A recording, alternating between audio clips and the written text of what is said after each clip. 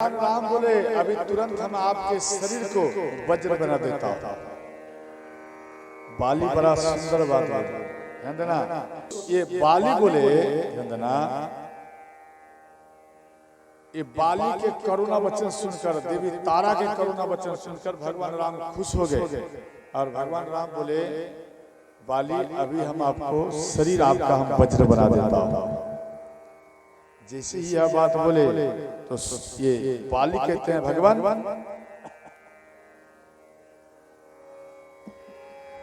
जन्म जन्म मुनि जतनु कारहि, जन्म जन्म मुनि जतन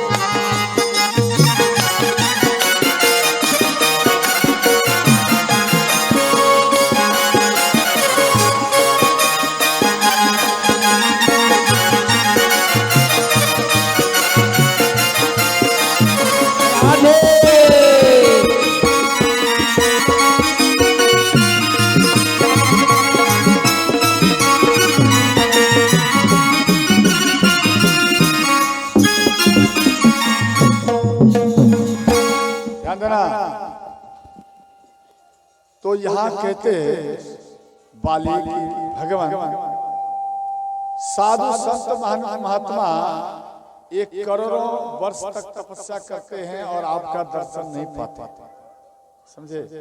दर्शन आपका नहीं कर पाते और आज मानो आपके हाथों द्वारा हमारे सीने में बाण लगा है, लेकिन ये बाण का हमको उतना दर्द नहीं है, लेकिन प्रसन्नता है क्योंकि आप मेरे सामने साक्षात भगवान खड़े हैं और ये अवसर मेरे सामने है और ये अवसर को हम नहीं गंवा सकता हूं। अगर आप हमारे शरीर को वज्र बना देंगे तो फिर अगर अंत मेरा समय आएगा पता नहीं आप मेरे सन्मुख मिलेंगे या नहीं मिलेंगे, इसलिए हे भगवान ये मौका हम नहीं छोड़ सकते। हम अपने प्राण को आपके चरण में अर्पण कर रहा हूं भगवान। भगवान राम खुश हो गए। ध्यान देना, जब पति के सीने में बाण लग जाता है तो जो दर्द पति को होता है, ध्यान देकर समझ, उससे कई गुना दर्द पत्नी को होता है, समझ गए? और आप मन में मत सोचना जब मेरे सीने में बाण लगा है हमारी पत्नी को दर्द नहीं हो रहा है, आपसे ज्यादा आपकी पत्नी को दर्द हो रहा है और पत्नी रोती है। माँ तारा रोती थी, फुट फुट कर रोती थी। इतने में सुग्रीव जी आए। सुग्रीव जी भैया राम के भैया बाली के चरण में गिर गए और चरण में गिर कर रोने लगे, भैया सबसे बड़ा अपराध हम किया, जो मेरे कारण आज आपके सीने में बाण लगा हुआ है भगवान। ये सबसे बड़ा अपराधी अगर हो तो वो आपका ये छोटा भाई सुग्रीव है। इसलिए जितना भी अगर आप दंड हमको देंगे वो कम पड़ेगा, इसलिए भैया हमारा भी जीने का अधिकार नहीं है। इसलिए ध्यान देना, भाई भाई में व्यक्ति लड़ता है, भाई भाई में भाई को मार देते हैं। जब भाई भाई को मार देता है, जब वो भाई जमीन में गिर जाता है, अब कोई शरण नहीं है मेरे भैया, अब नहीं बचेगा। चाहे छोटा भाई हो या बड़ा भाई हो, अगर छोटे भाई को मार दिया, छोटा भाई तड़प रहा है, छोटा भाई तड़प रहा है, भैया भैया क्या। या छोटा भाई बड़ा भाई को मार दिया, वो जमीन में गिर गया, तो वो छोटा भाई तड़पता है। और वो बात याद आता है जब बचपन में मेरे भैया को गोदी में लेकर मेला घुमाया करते थे। ये बात का बार बार याद आता है कि मेरे भैया बचपन में हमसे कितना प्रेम किया। हे विधाता, मैंने कितना बड़ा अपराध किया जी, एक हम छोटे भाई बड़े भाई को हमने मार दिया। इस प्रकार से भाई भाई होने लगता है। और जिस भाई को मानो अस्त्र लग गया है, वो भाई भी रोता है। और वो रोते हुए करके कहते, भैया कोई बात नहीं, आप आपको मार दिया, लेकिन एक पिता के समान आप हमारे बेटा का बार-बार ख्याल रखना। यहाँ श्री बाली अपने भाई सुग्रीव को कहते, भैया मेरे सीने में बाण लग गया, अब हम नहीं बच सकते, अब हम मर जाएंगे। लेकिन हमारी पत्नी तारा, मेरी पत्नी तारा बहुत भोली है, और ये हमको बार बार संकेत किया है, स्वामी आप गलती मत करिए, आप हमारे बात को समझिए। ये बार बार संकेत किया, और तेरा ये भाई बाली एक बार भी इनके बात पर अमल नहीं किया, और बार बार इनके बात को काट दिया। और इसका देखो आज मुझे मेरे शरीर में बाण आ गया।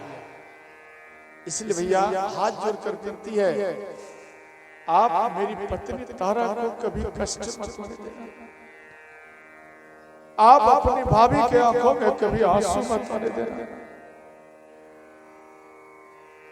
और अंगद को बुलाया, बोले बेटा अंगद, आप मेरे पास में आइए।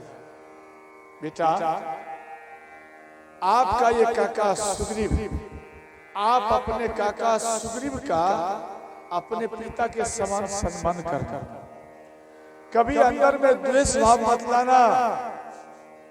आप अपने काका का ख्याल रखना, काका का स्वागत करना, और इसी में आप अपने पिता का रूप देखते रहना। आप अपने पिता का रूप अपने काका में देखना।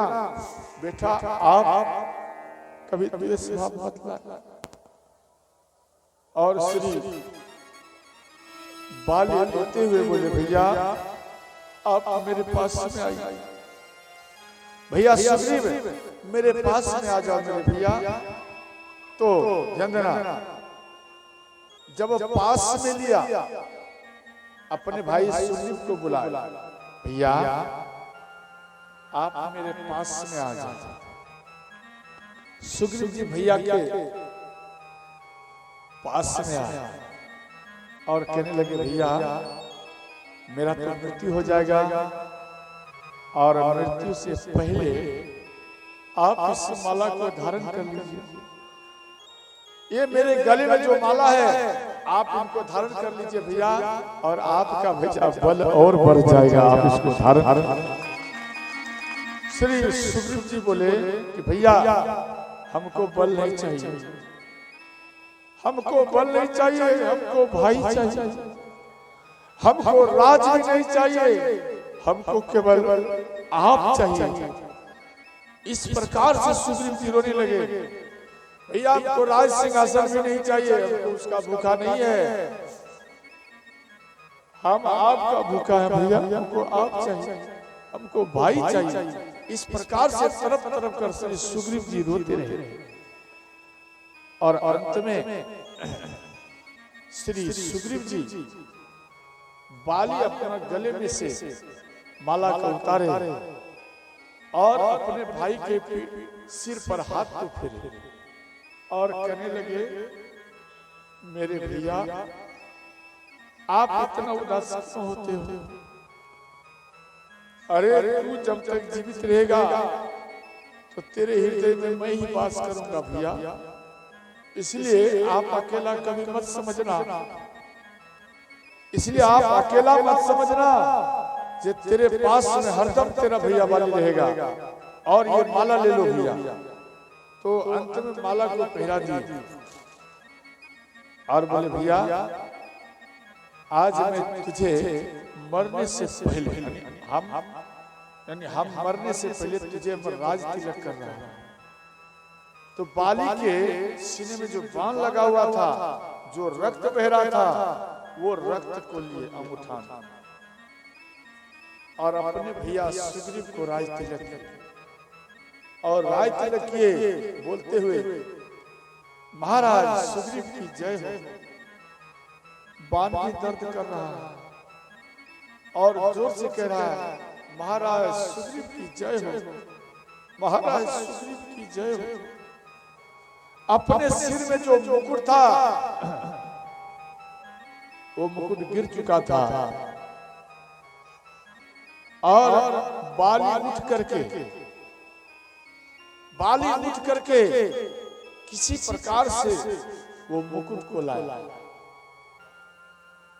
और ला करके अपने भैया सुग्रीव के सिर पर पहरा दिया और बाली बोले भैया आप राज्य करो।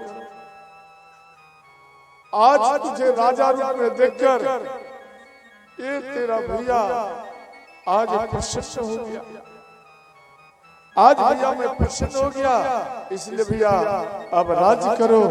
अब ये तेरा बड़ा भैया आपको छोड़कर जा रहा है, आपको छोड़कर जा रहा है भैया। और अंगद का ख्याल रखना मेरे भाई, और मेरी पत्नी तारा का आप ख्याल रखना। इन दोनों के आंख में कभी भैया आंसू मत आने देना। ये बड़ी भोली है, बहुत भोली है। इनको एक बार जो कह दिया वो समझ लेती, ये कभी हट नहीं किए। इसलिए भैया इनका ख्याल रखना। अंत में भगवान राम के सामने में वो लेटे हुए भगवान राम को देख रहे हैं।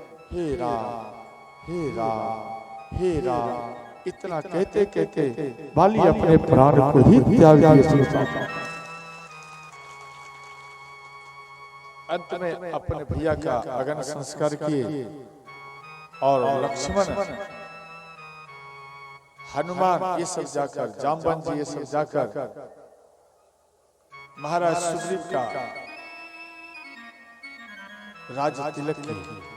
सुग्रीव जी बोले भी भगवान आप भी चलिए। भगवान राम बोले हम नहीं जा सकते, हम अपनी माँ को वचन दिया हो जो हम नहीं जा सकते। तो अंत में भगवान श्री सुग्रीव जी आए और अंत में इसका राज तिलक किया गया। और इसके बाद श्री सुग्रीव जी समय आने पर भगवान राम के पास में आए और अपने सैनिकों को बुलाए। जहां जहां कपि था उन सभी स्थानों में हनुमान जी को भेजे और सबको निमंत्रण दिया कि भगवान राम के काज हेतु आप सबको महाराज सुग्रीव निमंत्रण दिया कि आप सब महाराज सुग्रीव जी के पास में पहुंच जाए।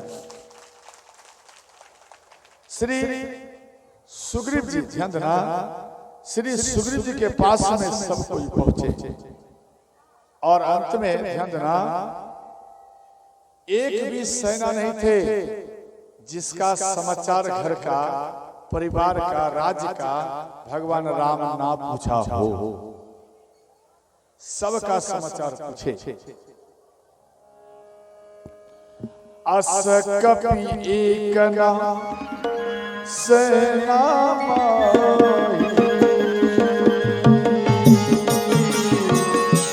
राम कुशल जय राम सिया राम, सिया राम जय जय राम, राम सिया राम, सिया राम जय जय राम। मंगल भवन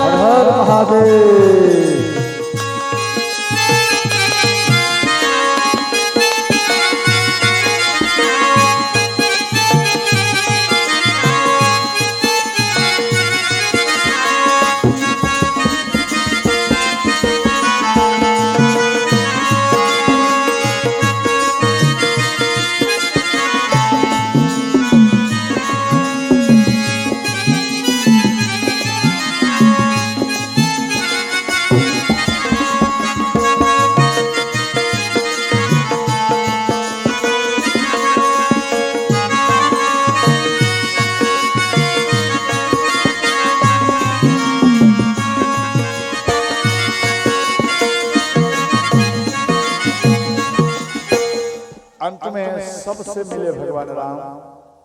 और इसके बाद भगवान राम बोले, हे महावीरों, आप सब हमारा प्राण है और प्राण से भी बढ़कर है, केवल प्राण ही नहीं, प्राण से बढ़कर है। और हमारी पत्नी सीता का हरण किया गया, इसलिए आप ढूंढने के लिए जाइए।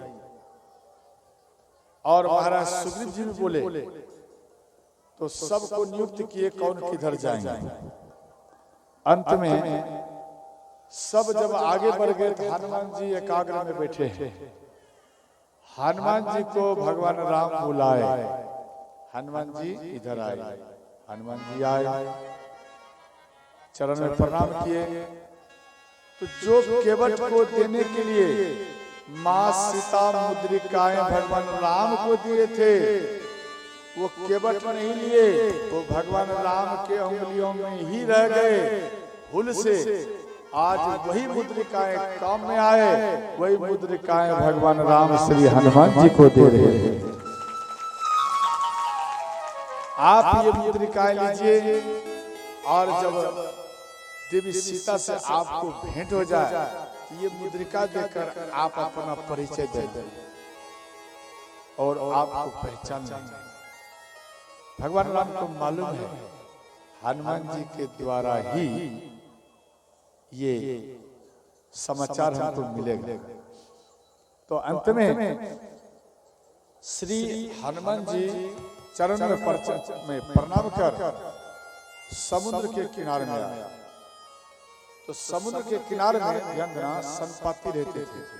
ये सब को देख करके मन में विचार किया कि भगवान हमको एक ही बार आहार दे दिया, अब इसको हम खा करके तृप्त हो जाऊंगा। तो ध्यान देना, जैसे ही यह बात बोले तो अंगद जी इस बात को सुन लिए। अंगद जी मन में सोचे, अरे इससे तो अच्छा गिरिराज जटायु थे, कम से कम मरते मरते भगवान राम के काज में अपने प्राण को त्याग दिया। तो संपाति मन में विचार किया और जोर से बोलने लगा, क्या मेरा भैया जटायु का मृत्यु हो गया? तो सारा बात बताया। तो संपाति बोले, अंगद जी आप मेरे पास आइए और आप हमको उठाकर जल में ले चलिए। क्यों? इनके पास में पंख नहीं था। संपाति अपने भैया गिरिराज जटायु से बाजी लगा, जो सूर्य भगवान को छू लेगा उसका जीत होगा, जो छुएगा उसका जीत होगा और उसका गुलाम बन के रहना पड़ेगा। तो दोनों भाई में बाजी लगा।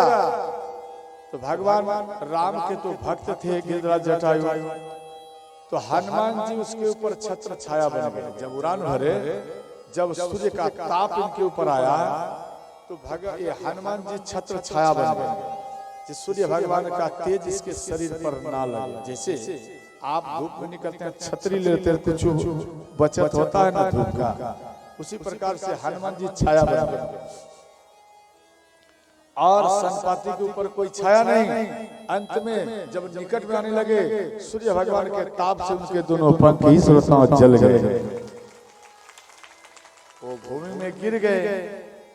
इसी कारण से ये उड़ नहीं पाते। और बोले कि जरा हमको जल में ले चलो, भैया को तिलांजलि दो। तो वहां पर ले गए, तिलांजलि दिए, फिर बैठाए। तो लंका की ओर संपाति देखे, ध्यान देना, जैसे ही लंका की ओर देखे तो उनको दिखाई दिया, देखो जटायु को 400 योजन तक इनको दिखाई देता है। 400 योजन, जैसे आप अभी मेरे सामने में साफ दिखाई देते हैं, इसी प्रकार से साफ दिखाई इनको 400 योजन दूर तक भी दिखाई देता है। लंका कितना दूर है? 100 योजन। 300 योजन अभी बाकी है, और उससे आगे होगा तो वो भी ये देख लेंगे। अब लंका में देख रहे हैं जब माँ सीता अशोक वाटिका में रोती हैं, राम राम रट रही हैं। ये बात अंगद जी को बताया, जामवंत जी को बताया।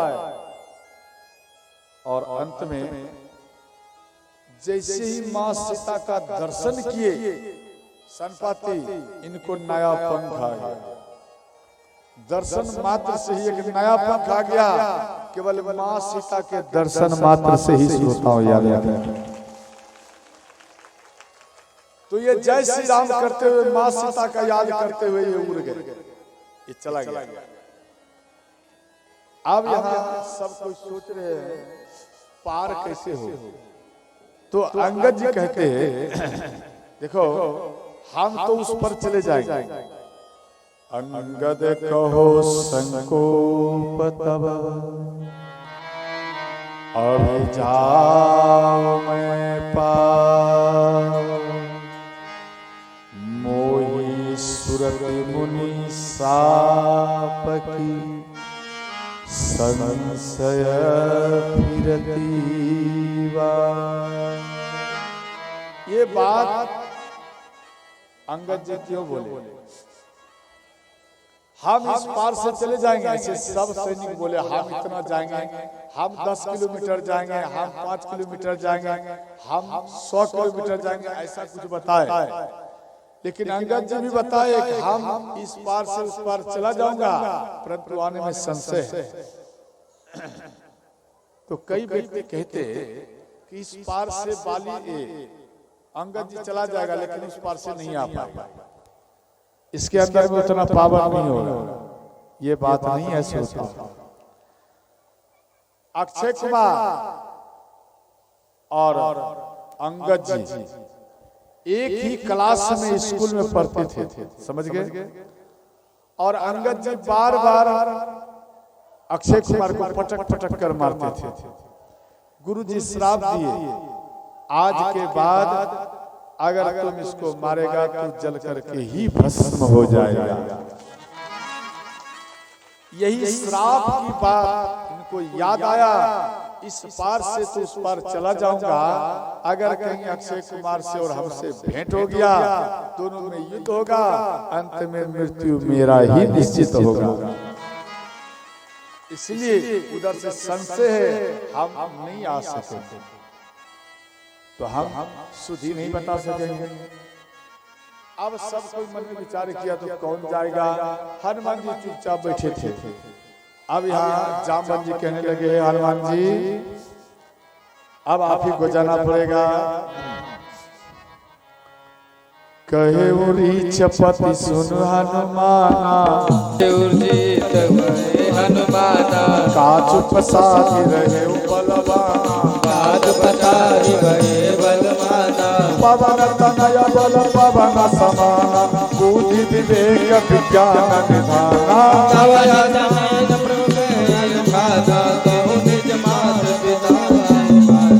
पवन तनय बल पवन समाना, बुद्धि विवेक विज्ञान निधाना। समन राम जय जय राम, श्री राम जय राम जय जय राम।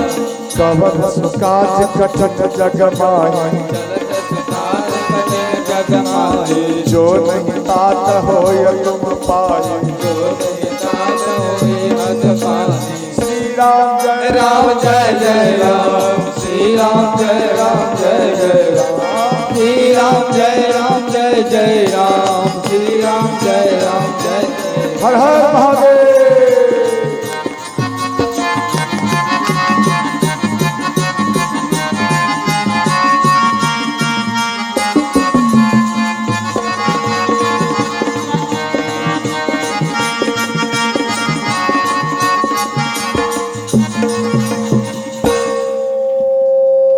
ध्यान देना।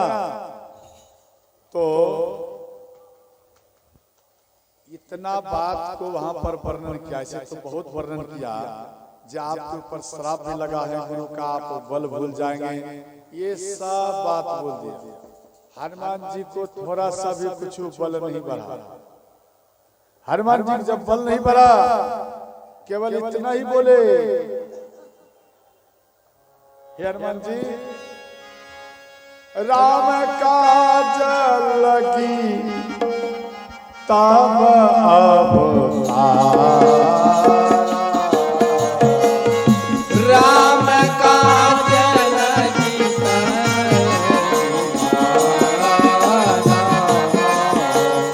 जामवंत हैं, हे हनुमान जी, आपका जो अवतार हुआ है केवल राम के काज के लिए।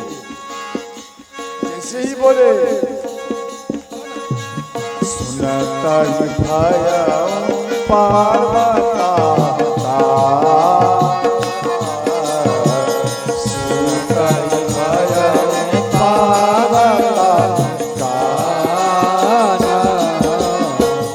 श्री राम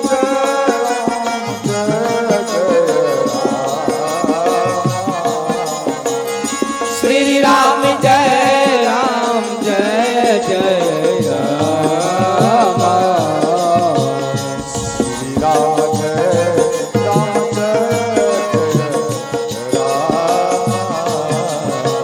श्री राम जय राम जय जय राम। हर हर महादेव। जोर से करताल बजाइए।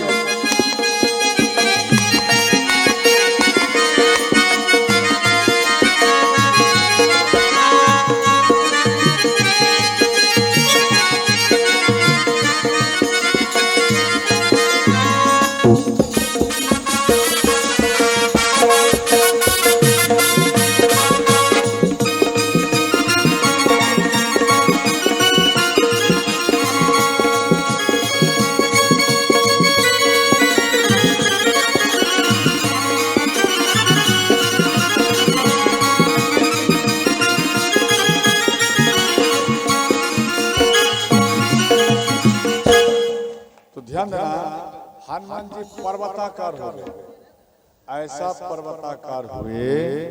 ध्यान देना, अब सोचो इतना पर्वताकार इतना लंबा हो गया कि जामवंत तलवा जो था तलवा उसका मोटाई के बराबर में हो गया, तलवा के मोटाई के बराबर में उसका ऊंचाई हो गया। अब दिमाग लगाओ, ये आपका चरण है, मानो एक पुरुष है, उसकी लंबाई अनुसार अब सोचो हनुमान जी का कितना भुद्राकार शरीर हो गया होगा। अब हनुमान जी कह रहे हैं, हे जामवंत जी, आप हमको आदेश दीजिए, लंका को उठाकर समुद्र में डाल दो, ध्यान देना, या रावण और राक्षस समेत सबको मारकर मां सीता को ले आओ, आप हमको आदेश दीजिए। जामवंत जी बोले ऐसा कुछ नहीं करना है, केवल जाइए और पता लगाकर चले आइए। भगवान राम अगर चाहते, जामवंत जी कौन है पता है? ब्रह्मा जी का रूप है, वृद्ध है, उनके बात को मानना चाहिए। ध्यान देना, सबसे सैनिक में ज्यादा वृद्ध जामवंत जी है। और आपके गांव में जो वृद्ध व्यक्ति हैं, जो मार्ग आपका हल नहीं हो रहा है, आप उनके पास में जाइए और वो खेल खेल में आपको मार्ग तुरंत मिल जाएगा। और तभी मिलेगा जब आप वृद्ध व्यक्ति का सम्मान करना सीख जाएंगे। आप उसको डांटोगे तो वो आपको मार्ग नहीं बताएगा। इसलिए कभी भी निरादर वृद्ध व्यक्ति का मत करिए। क्यों? आप अभी 20 वर्ष का 30 वर्ष का अनुभव लेकर प्रकट हुआ है, और जो वृद्ध व्यक्ति है सोच लो उसका 80 वर्ष उम्र है। अब सोचो 80 वर्ष का उनके अंदर में अनुभव है। इसलिए उससे ज्ञान लो, ज्ञान लेना चाहिए वृद्ध आदमी से। कोई वृद्ध माता है, उसके अंदर में से ज्ञान लो, माँ ससुराल में कैसे चलना चाहिए, समाज में किस प्रकार से चलना चाहिए, एक पति के साथ में पत्नी को किस प्रकार से चलना चाहिए, एक पत्नी के साथ में पति को किस प्रकार से चलना चाहिए, ये ज्ञान से देख लो, सुन लो। लेना है, अनमोल हीरा है वृद्ध व्यक्ति। आप उनके अंदर में से ज्ञान को निचोड़ लो, ले लीजिए, चरण में झुक कर। हनुमान जी क्या किए? ध्यान देना, हाथ जोड़कर झुक गए। सभी कपी के अंदर में छोटे छोटे कपी थे, और उसके चरण में हनुमान जी प्रणाम किए। आप आपको बताइए हम क्या करें, दिमाग ध्यान देना।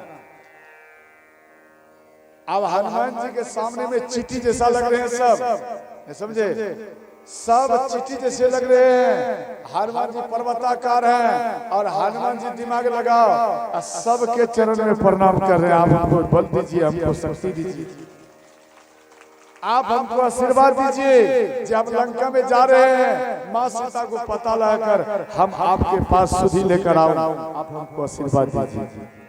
ध्यान देना, जिसको झुकने का आदत हो गया, समझ गया, जिसको झुकने का आदत हो गया उसके जैसा बलवान संसार में हो ही नहीं सकता है। वो केवल एक ही है, कौन? तो हनुमान जी है। जिसके अंदर में हनुमान जी प्रवेश हो जाएगा वो तुरंत झुक जाएगा। आपकी बेटी है, झुक करके पूछो, बेटी क्या आगे का ज्ञान क्या हमको बताओ, ज्ञान सीखो, क्या करना चाहिए। अब देखो, आपके गांव में वृद्ध व्यक्ति है, आप पैसा वाले हो, आप नहीं झुकोगे, लेकिन झुकना चाहिए। उसे ज्ञान लीजिए, हम किस प्रकार जाऊं, और आशीर्वाद हमको दीजिए। आशीर्वाद जिस प्रकार आप मुखिया में खड़े होते हैं, ध्यान देना, जिसका नाम वोटर लिस्ट में है, आप उनके पास में झुक जाते हो। बबुआ जरा ध्यान देना, कितना प्यार से झुक लिया, हाथ जोड़ लिया। कोई बच्चियां हैं, कोई माताएं हैं, आप उनको झुक कर प्रणाम करते हो, जरा कृपा मेरे ऊपर बरसाना। जब बरसा देते क्या करते हो? उसी को ही झुकाते रहते हैं। नहीं समझे? अगर आपने कृपा बरसा दिया, नहीं अच्छा है, हमको हमारे चरण में गिर गया, ये इसका स्वभाव अच्छा है, एक काम करो, सब ग्रामीण मिलकर इनको भर दो। जीत गया, वो आकर में आ गया। जैसे जीत गया, आकर में आ गया, और पूरा 4-5 साल तक आप झुकते रहो, पलट गया बाजी। ध्यान देना, बाजी पलट गया, फिर बाजी पलटने वाला है, उलटने वाला।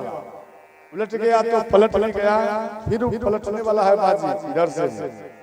याद रखना, आप अगर फिर भी जीतने के बाद भी आप झुकोगे और कहोगे अगर कोई गलती हुआ हो तो हमको क्षमा करना, अगर कहीं गलती हो रहा है आप हमको सलाह दीजिए, आप हमको बताइए, और हम उसको विचार करके सही रास्ते पर लाने का प्रयत्न करेंगे। इस प्रकार का सोच होना चाहिए।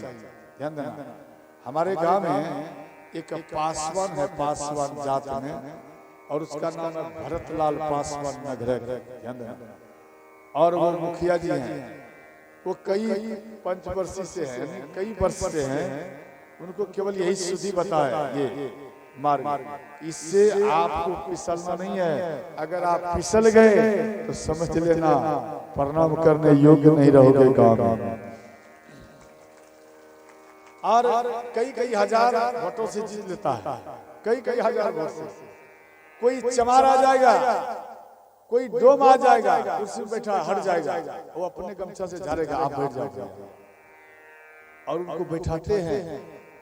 अब वो इनके डर से, ध्यान देना, इनका सम्मान रखने के लिए वो नीचे बैठ जाएगा, और ये उनका हाथ पकड़ कर उनको बैठाते हैं। अब दिमाग लगा, इसका कभी वो बहुत डैमेज होगा, दिमाग लगा, कभी वो डैमेज आदमी होगा जिसको बैठा दिया। याद रखना, वो व्यक्ति जिंदगी भरी जब तक रहेगा इनको ही उस कुर्सी पर बैठाते रहेगा। ऐसा भाव रखिए, समझ गए? संस्कृति अपनाइए। जब आप संस्कृति अपनाएंगे तो आप भी गांव में सिद्धि गणेश हो जाओगे। गणेश का पद भी आपको मिल जाएगा तुरंत, अगर आप ऐसा भाव। तो ध्यान देना, इधर हनुमान जी सिंधु नाम के पर्वत पर चढ़े। ध्यान देना, चढ़ने से पहले उसको हिलाए, एक बार नहीं, 2 बार नहीं, 4-5 बार हिलाए। क्यों? इस पर्वत के अंदर में मानो सर्प बिच्छू होगा, या हाथी घोड़ा होगा, या बाघ भैंसा होगा, या इसमें साधु संत तपस्या करता होगा। हम इसको हिलाऊंगा, इससे सब भाग जाएगा। एक बार हिलाएंगे तो समझेंगे भूकंप हुआ, 1 से 2 बार हिलाएंगे, 4 बार 5 बार हिलाएंगे तो वो सोचेगा जल्दी भागो, ये गिरने वाला। भागेंगे नहीं, घर से भाग जाना चाहिए, या तो पिलर के पास में खड़ा होना चाहिए किसी कोना में, तो आप बच जाएंगे। समझ गए? तो यहाँ भागना था तो सब भाग जाते, साधु संत जो जहाँ थे सब भाग गए। भाई इस पर्वत में भूकंप आ गया, जल्दी भाग, सब भाग गया। क्यों ऐसा किया हनुमान जी? इसलिए कि इस जगह से अब उड़ान भरूंगा, जैसे ही छलांग मारूंगा और जैसे ही मौसम बनाऊंगा, और मौसम बनाने में ध्यान देना, जैसे आपको 10 फीट फनना है, समझ गए?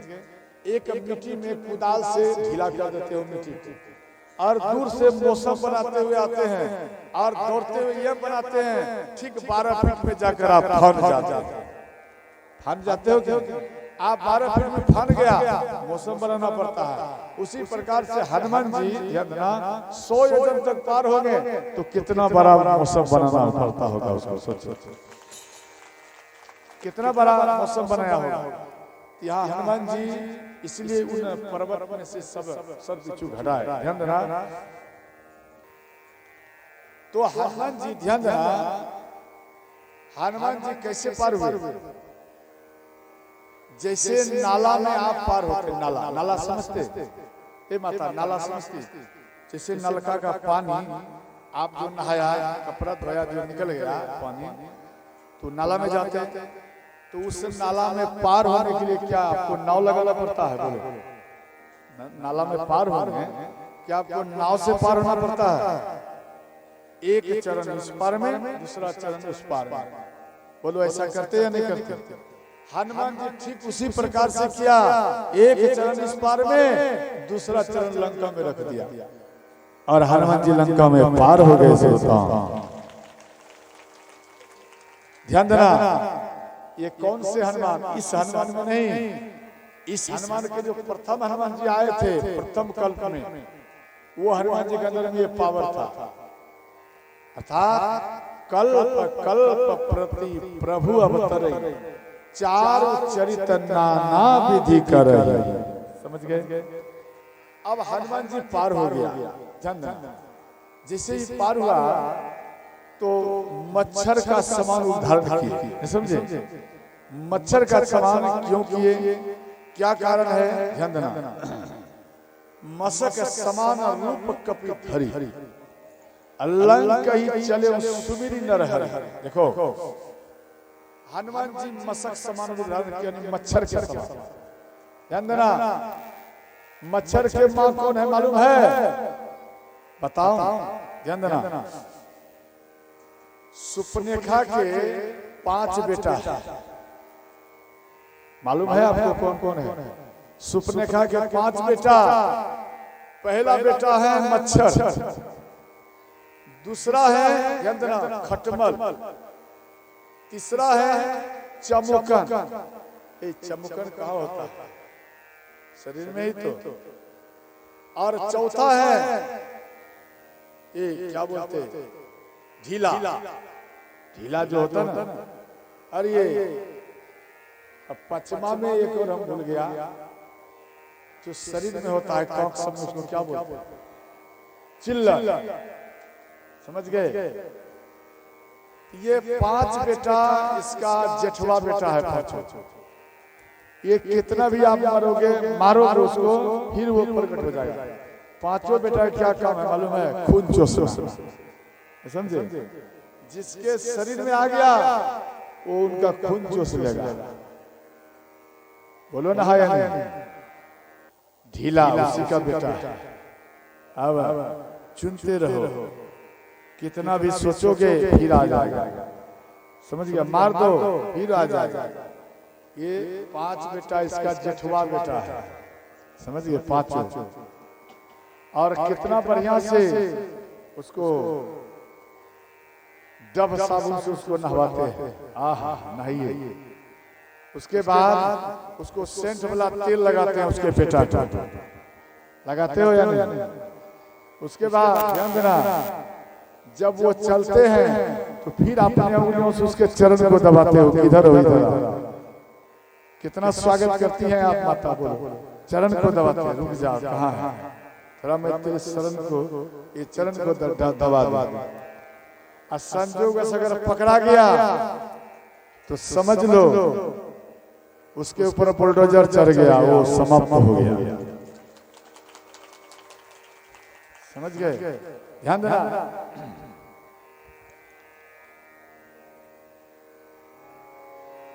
मसक समान रूप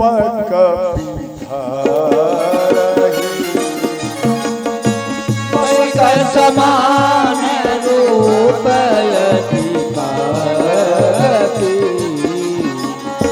लंका चले सुमीर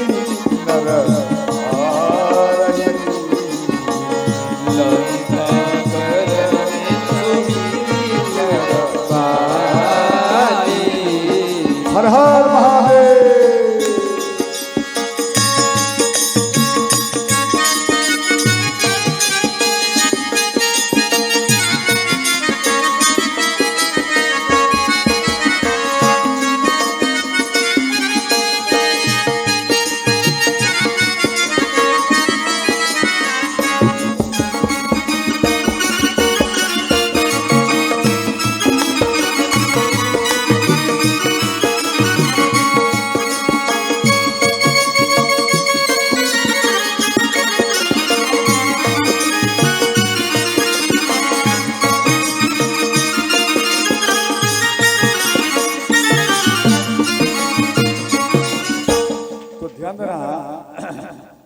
ये हनुमान जी मच्छर के समान बनाया।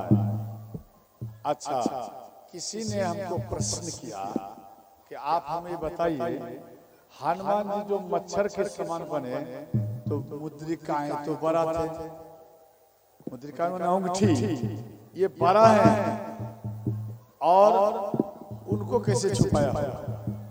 ये भी तो समझने वाली बात है। अगर मच्छर के शरीर में बांध दिया जाए मुद्रिकाएं, क्या वो उड़ पाएगा या उड़ेगा? हनुमान बलिष्ठ है, मानो उड़ जाए, लेकिन वो मुद्रिकाएं तो दिखाई देगा।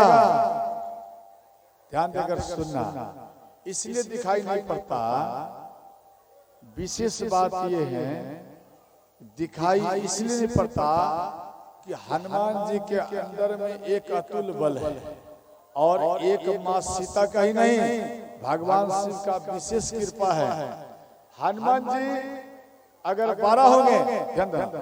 अच्छा एक बात बताइए, मानो जिस बेटा को आपने पैंट पहनाया, समझे, अब वो मच्छर के समान हो जाएगा, पैंट ढीला हो जाएगा, बोलो हाँ या नहीं? वो पैंट तो खुल जाएगा। या गंजी पहनाया, गंजी ढीला हो जाएगा, वो गंजी भाग जाएगा शरीर से। दिमाग लगाइए। या वो बड़ा हो जाएगा, मानो आपका बेटा छोटा और वो पर्वताकार हो जाए तो वो पैंट फट जाएगा, गंजी फट जाएगा, नहीं फटेगा? दिमाग लगाओ, ध्यान देना। लेकिन क्यों नहीं फटते थे? हनुमान जी के शरीर में जितना वस्तु डाल दो, चाहे लंगोटी डालिए या गदा रखिए या मुद्रिकाएं रखिए या आप भी आ जाइए, ध्यान देना, तो जितना भी वस्त्र आप उनको पहराएंगे, हनुमान जी अगर विशाल होते थे, उनके संग संग में गादा और वो वस्त्र भी विशाल हो जाता। जब हनुमान जी छोटे होते थे, सूक्ष्म यानी मच्छर के समान, तो वो कपड़ा, वो गदा, वो मुद्रिकाएं, वो भी धीरे धीरे मच्छर के समान हो जाता। अब सोचो, ऐसा कपड़ा आप बनाओगे, दर्जी फेल हो जाएगा, नहीं होगा दर्जी फेल। अब सोचिए हनुमान जी का दर्जी कैसा होगा? बड़ा हुआ तो भी वो कपड़ा चलेगा और छोटा अगर बना लिया तो भी वो कपड़ा काम नहीं आता है। उनका वस्त्र ही विलक्षण थे, दिव्य थे। अंत में ध्यान देना, तो लंकनी देख लिए, लंकनी उनको डांट दिया, अरे तो चोर के भांति कहाँ जा रहा है? तुझे मालूम नहीं चोर मेरा आहार है? हनुमान जी ध्यान देना, जय श्री राम की ये जो 5 उंगली है भगवान के परिवार है और 5 उंगली को मुट्ठी बना, समझ गए? और लंकनी को जैसे ही मुख में मारे, उनके दांत में से खून बाहर आ गया और धड़ांग से वो जमीन में गिर गए। और इनके अंदर में सत्संग जाग गया। समझ गए? इनके अंदर में सत्संग जाग गया। जब सत्संग जाग गया, ध्यान देना, तो राम राम ही रटेगा। साधु संत का अगर पिटाई लग जाए, वो व्यक्ति बड़ा भाग्यवान है। ध्यान देना, संतों का अगर हाथ आपके सिर पर लग जाए क्रोध में भी, तो भी श्रोता आपका कल्याण ही कल्याण हो जाएगा। लेकिन हाथ जोड़कर ऐसा नहीं, आप भी उसके ऊपर आक्रमण कर दो तो वो काम नहीं करेगा। अगर आप पलट करके उसके ऊपर वार करेंगे, ये पावर आपके अंदर में नहीं आएगा। आप केवल अमल कर लेंगे कि हमारे पास में ये गलती हुआ, उसके बाद आपके अंदर में पावर ही पावर आ जाएगा। समझ गए? अंत में लंकिनी को ब्रह्मा जी का याद आया।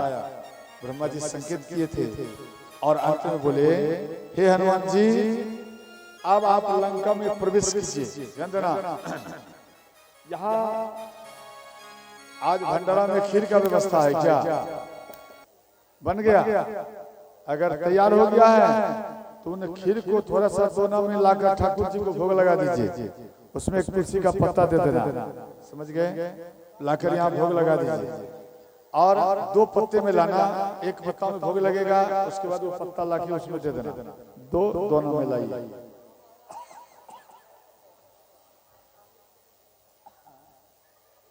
हाँ, महारानी के भी दरबार में दे देना है। महारानी के दरबार में, माता भगवती के दरबार में भी देना है, वो भी भोजन कर लेगी। समझ गए? यहाँ में भगवान राम जी करेंगे। ऐसे तो भगवती माता उधर नहीं है, भगवती माता यहाँ पे है। जहाँ राम कथा हो वहां पर माँ भगवती बिना बुलाए सोते हुए चली आती हैं। राम कथा स्वयं प्रिय है उनको। आप सबके घर में जो इष्ट देव देवता है, आप जाओ, कितना अगरबत्ती दिखाओ, कितना सुहा सुहा करो, वहां नहीं देगा दर्शन। वो सारा देवता इन राम कथा में ही आकर बैठ गया। इसलिए देवताओं को भी भगवान राम की कथा प्रिय लगता है। हम आप तो मनुष्य हैं श्रोताओं, याद रखना, आपको कितना प्रिय लगना चाहिए, विचार करो। तो हनुमान जी को कह रहे हैं कि आप प्रवेश करिए।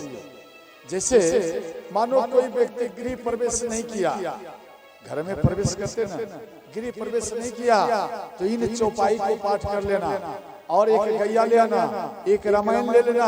ध्यान देना, और 100 परिवार के साथ में आप प्रवेश कर देना इन चौपाई को पाठ करते करते। तो आपका घर में जो है एक कलश रखना बीच में प्रधान, और प्रवेश करके उन कलश में प्रणाम करना। याद रखना, आपका गृह प्रवेश खेल खेल में होगा। आपको 1 रुपया खर्च नहीं होगा, किसी को देने की जरूरत नहीं है। समझ गया? ये चौपाई क्या है, तेरा ध्यान रखना। प्रवेशी नगर कीजिए सब काज, प्रवेशी नगर सब काज। कैसे प्रवेश कैसे करेंगे? जैसे ही प्रवेश करेंगे, हृदय राखी कौशलपुर राजा, हृदय राखी कौशलपुर राजा। ध्यान देना, हृदय में क्या राखी? कौशलपुर राजा, अर्थात आप अपने हृदय में भगवान राम को बैठाइए, माँ सीता को बैठाइए, उसके बाद आप प्रवेश करिए, आपका गृह प्रवेश हो गया। हनुमान जी जब लंका में गए, ध्यान देना, प्रवेश किए, तो जहां जहां में हनुमान जी चरण को रखे, ध्यान देना, आपके हनुमान जी अगर भगवान शिव इन स्थान में अगर चरण अभी रख देंगे, तो ये स्थान क्या बन जाएगा मालूम है? क्या बनेगा? मंदिर बन जाएगा। समझे? जिस घर में भगवान शिव की कथा हो, वह घर मंदिर बन जाता है। तो भगवान शिव का अवतार क्या है? हनुमान जी है। तो हनुमान जी जिन जिन लंका में चरण को रखे वो मंदिर बन गया। वो स्वामी जी एक पंक्तियां लिख दिए, मंदिर मंदिर प्रतिकर शोभा देखे जहाँ तहाँ गणित जोधा। राम सिया राम सिया राम जय जय राम। राम सिया राम जय जय राम। हर हर महादेव।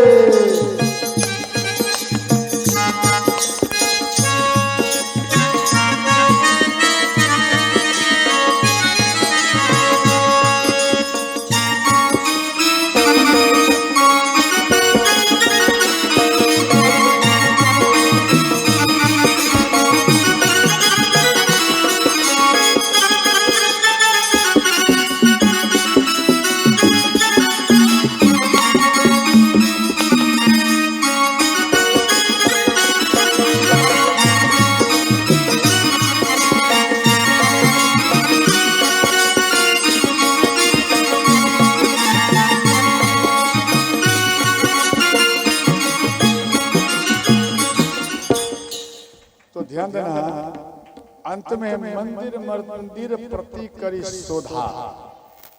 जिसके घर में चरण को रख दिया उसके घर को शुद्ध कर दिया, ये शोधा माने शुद्ध कर दिया और उसका घर बन गया मंदिर। श्रोताओं, आज भी आप लंका में जाएंगे, आप देखना हनुमान जी का ज्यादा मंदिर दिखाई देगा। क्यों?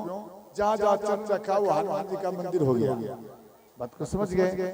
इसके बाद हर जगह में घूमे और एक भवन में आए जहाँ में रावण सोया था। माँ मंदोदरी, माँ मंदोदरी को देख लिया, ये सबसे सुंदरी है। इसका अर्थ है ये माँ सीता है। समझ गए? ऐसे सब माताएं को देखे लंका में तो माँ समझ कर देखते थे और दूसरा कुछ नहीं। छोटी भी है तो माँ है, ऐसा सोच कर देखे। तो माँ मंदोदरी को देखे, फिर मन में सोचे इतना रिलैक्स में तो माँ सीता नहीं सो सकती है। दिमाग लगा, इसका अर्थ ये मेरी माँ नहीं है। और अंत में इसके बाद विभीषण जी की कुटिया में आया। विभीषण जी के कुटिया में जब आए तो वहां देखे भाई रामायुधय अंकित गृह शोभा वरण जान, नव तुलसी का वृंद देखी हरसी कपीरा। हनुमान जी आश्चर्य किए, आई पूरा लंका में हम ढूंढ लिया उनको जगह, पूरा लंका में ढूंढ लिया। ध्यान, पूरा लंका में ढूंढ लिया और कहीं भी शंख चक्र गादा और तुलसी का पौधा नहीं मिले। और एक ये घर है, ये मंदिर है जो कि आज यहाँ पर तुलसी का पौधा मिल रहा है। ध्यान देकर सुनना, तुलसी का पौधा पूरे लंका में विभीषण जी को छोड़कर और कहीं नहीं थे। क्यों? ध्यान देना, इसलिए नहीं थे, तुलसी का पौधा उन व्यक्तियों के घर में नहीं रहना चाहिए जिनके घर में, ध्यान देना, मांस मछली और मदिरा का पान होता है। समझे? उसके घर में इष्ट देवी देवता का मंदिर नहीं होना चाहिए। जिसके घर में मांस मछली को भोजन के रूप में लाया जाए, अगर आपके घर में ऐसा हो रहा है तो सबसे ज्यादा नाराज आपका गृह देवता ही है। श्रोता, घर के देवी देवता बहुत नाराज हैं आपसे। और दूसरा बात, चरित्रहीन स्त्री और चरित्रहीन पुरुष तुलसी के पौधा में जल चढ़ाना नहीं चाहिए, उल्टा दोष लगता है। और मानो आप मांस मछली मदिरा को पान कर लिया और सुबह में उठ करके आप स्नान किए, उसके बाद आप क्या करते हो, नहा लिया और 1 लोटा जल चढ़ा दिया। भाई सब दोष समाप्त हो गया। दोष समाप्त नहीं होगा, पाप समाप्त नहीं होगा और उल्टा पाप ही बढ़ जाएगा। आपके घर में कोई मानो मर गया, कितना दिन तक छुट्टुक होता है बताओ? 14 दिन, 12 दिन, 10 दिन, ध्यान देना, 13 दिन, ठीक है, 14 दिन मानो। तो 14 दिन में आप पवित्र होते, लेकिन मन आपका 5 दिन और भटकेगा। तो मान लिया जाए 14 दिन के बाद अपने इष्ट देवता के मंदिर को पट खोलते हैं। आप उन मंदिर को पट खोल दिया, उसके बाद पूजा किया, फिर आप भोग लगाया, स्तुति विनती किया, ध्यान देना, क्यों छुट्टुक आया। और आप एक बकरा बकरी को लाकर काट दिया घर में, या आपके घर का ही सदस्य, मानो बकरा बकरी है तो आपका सदस्य हो गया, नहीं समझे, वो सदस्य हो गया। आप बकरी को आप घर में रख दीजिए, आप कहीं चले जाइए, एक बिल्ली भी अगर घुस जाएगा वो अपने सिंह के प्रहार से उसको वापस कर देगा। कोई बाहरी कुत्ता आ जाएगा, वो अपने सिंह के प्रहार से, क्यों, ये मेरा घर है, मेरे मालिक का घर है, मेरे पिता का घर है, और तू मेरे घर में घुस रहा है मेरे रहते हुए, उसका सामना करता है। और जब समय आता है आपका, इसी में आपका कल्याण है, ध्यान देना। जिन भोलेनाथ का पूजा करते हैं रावण, वही भोलेनाथ हनुमान के रूप में आकर अपने भक्तों को समझा रहे हैं कि सावधान हो जा, सावधान, मेरे इष्ट प्रभु राम से मत टकरा और मेरा बात को मान, उनके चरण में गिर जा, तेरा कल्याण ही कल्याण हो जाएगा। रावण को क्रोध आया, सब सैनिकों को बोलो मार दो। सब सैनिक खड़े हुए, इतने विभीषण से आया, भैया उसको मारना नहीं चाहिए। हनुमान जी इधर चुमन करने लगे पूछ को, और जैसे चुमन करने लगे तो विभीषण जी बोले, भैया दूत को मारना नहीं चाहिए, अपराध लगता है, एक काम करिए, कुछ दंड दे देना चाहिए। तो पूछ को जो चुमन किए, रावण मन में सोचे इसको ज्यादा प्रेम है, पूछ से एक काम करो, इनके पूछ में आग लगा। तो इसके पूछ में आग लगा दिया गया, हनुमान जी के पूछ में जैसे ही आग लगाए, ध्यान देना, तो हनुमान जी घोषणा कर दिए, कहने लगे, हे लंकावासियों, जो राम के शरण में चला जाएगा उसके घर में मेरा आग काम नहीं करेगा। जो रावण के तरफ झुका हुआ रहेगा, रावण का गुण गाएगा, उसका घर समेत जलकर भस्म हो जाएगा। ये हनुमान को घोषणा की, पूरे लंका में आग न लगाए, ध्यान देना, त्रिजटा, कुंभकर्ण, विभीषण, ध्यान देना, इन 3-4 स्थान में ये आग नहीं लगा, ये सब सुरक्षित रहा। और अंत में ध्यान देना, श्री हनुमान जी जब देखे भाई लंका में आग लगाया और चमक रहा, तो हनुमान जी दिमाग लगाए कि नवग्रह को रावण दीवार के नीचे में बांध के रखा है, तो दीवार को उल्टी, क्या कहते हो, ए दीवार उलट गया, बोलते हो या नहीं? तो दीवार को उल्टी शनिदेव को निकाले। हनुमान जी बोले, आप दृष्टि डालो तब ये काला पड़ेगा सोना। तो शनिदेव जैसे दृष्टि डाले, लंका में सब काला पड़ गया। उसके बाद हनुमान जी बोले, आप फिर उसी जगह जाइए, भगवान राम आएंगे तो उनके हाथों आप सदा सदा के लिए मुक्त हो जाना। उसके बाद शनिदेव फिर उसी जगह गए, फिर दीवार को पलटी, समझे, उल्टा देना और पलटी ना सीधा कर देना, समझ गया, उल्टी और पलटी, गोस्वामी उलटी पुलटी लंका सब चारी, परा तुलसी राम सिया राम, जय जय राम, राम सिया राम।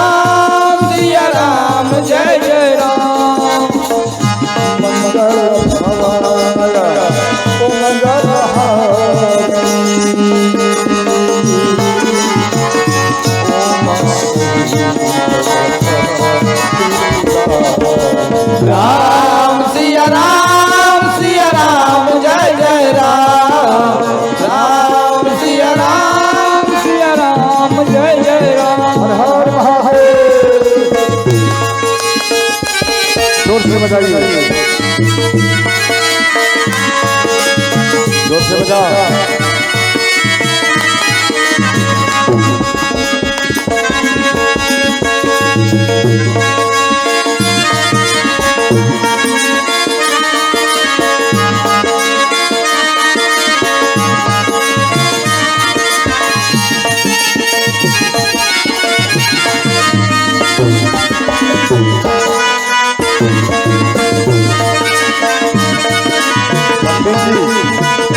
पंडित जी जहाँ भी हैं मंच पर आइए।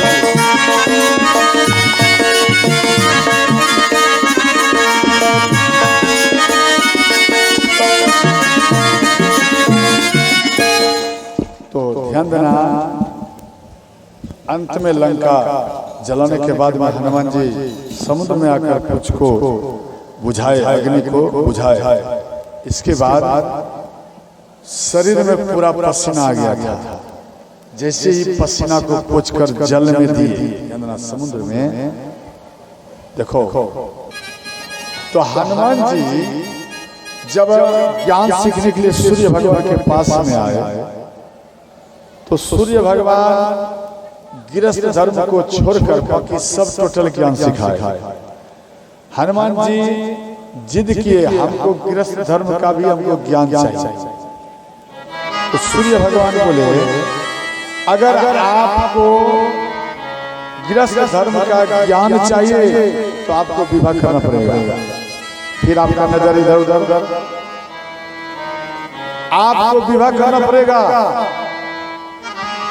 तो हनुमान जी मना किए, बोले हम संकल्प लिया जो ब्रह्मचर्य रहूंगा।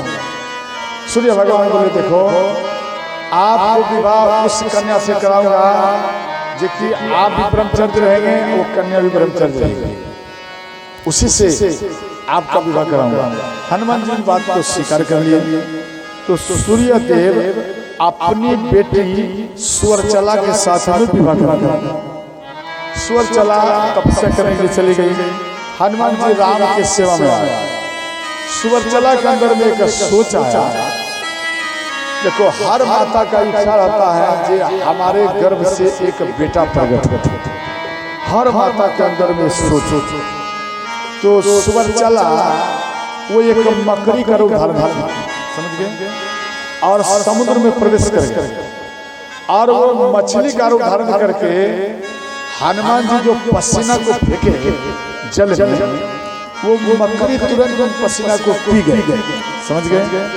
तो स्वर्चला वो गर्भवती हो गई, लेकिन मछली के ही रूप में है। और पताल के अहिरावण महिरावण के मछुआरा वो उस मछली को पकड़ लिया और उसके पेट को जैसे ही फाड़े उसमें एक बालक प्रकट हुआ, जिस बालक का नाम हुआ मच्छर।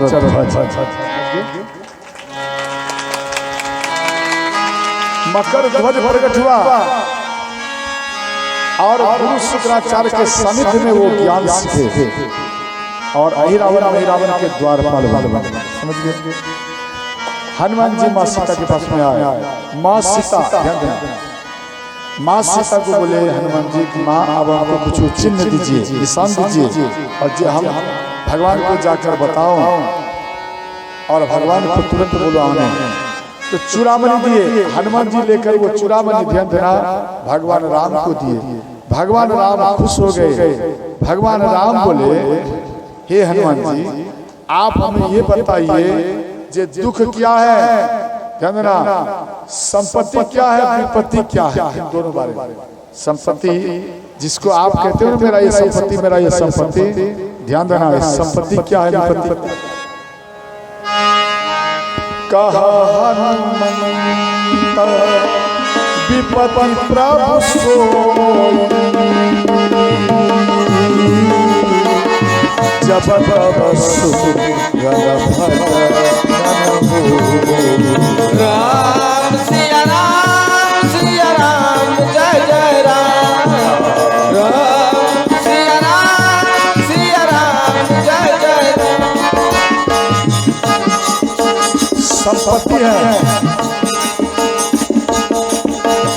मंगल भवन, ओ मंगल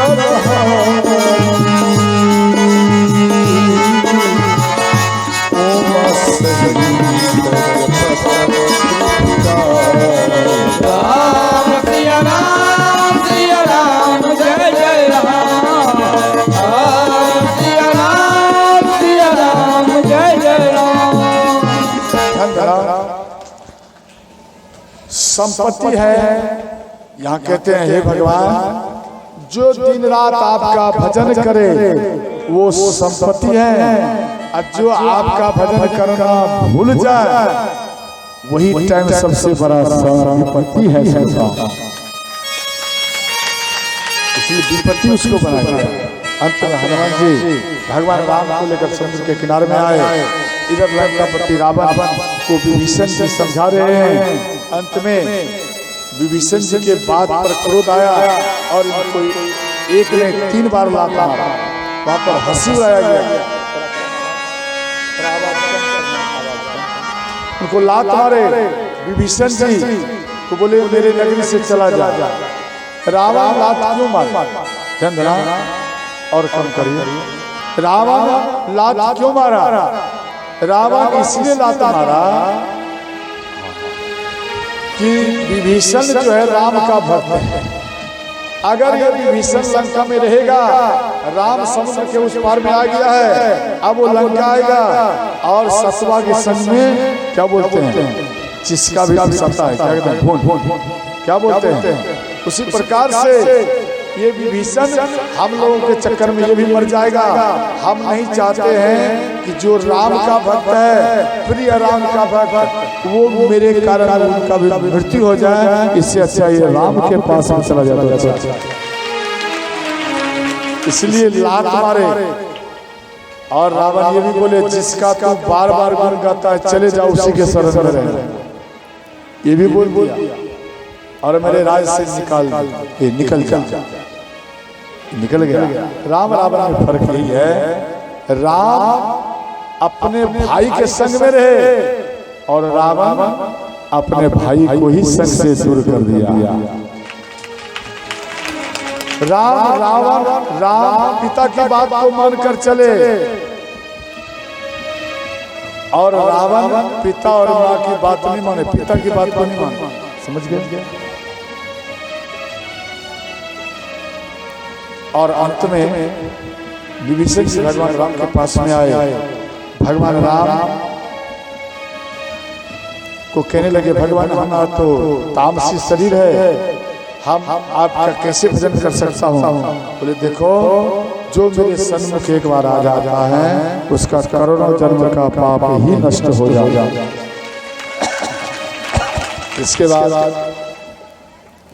निर्मल मन जन सो मोहि पावा, जिसका मन निर्मल हो जाता है वो मेरे लिए बहुत प्रिय भक्त बन जाते हैं।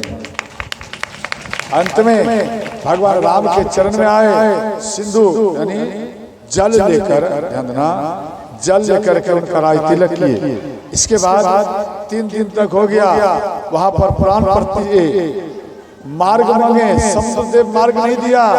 अंत में ध्यान देना, भगवान राम क्रोध में आए, समुद्रदेव प्रकट हुए। समुद्रदेव बोले भगवान आपके ही सैनिक में नल नील है और वो जिस शिला को, जिस वस्तु को छू देगा वो जल में तैरने लगेगा। इस बात को सुनकर ध्यान देना,